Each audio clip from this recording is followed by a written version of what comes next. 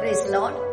இந்த நாளுக்குடைய வார்த்தை ஏசாயா எழுதின தீர்க்க தரிசன புஸ்தகம் 41 அதிகாரம் 13 சொல்லுகிறது. உன் தேவனா இருக்கிற கர்த்தராகிய நான் உன் வலது கையை பிடித்து பயப்படாதே, நான் உனக்கு துணை நிற்கிறேன் என்கிறார். தேவ ஜனமே, பயமானதே வேதனை உள்ளதே. கர்த்தருடைய வார்த்தை சொல்லுகிறது, தேவன் நமக்கு பயமுள்ள ஆவியை கொடாமல் பலமும் அன்பும் தெளிந்த புத்தியுள்ள ஆவியை கொடுத்திருக்கிறார்.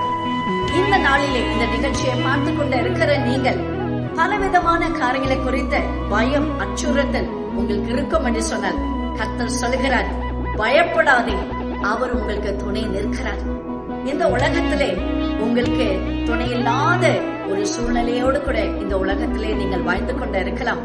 ஆனால் கர்த்தர் சொல்கிறார், அவர் உங்களுக்கு துணை நின்று பயப்படாதே என்று கர்த்தர் சொல்கிறார். ஆகவே இந்த நிச்சயத்தோடு கூட இந்த உற்சாகத்தோடு கூட இந்த நாளிலே கூட நாம் பயணம் செய்வோம். நிச்சயமாய் கர்த்தர் நமக்கு துணை நிற்பார். God bless you dear. Have a blessed day.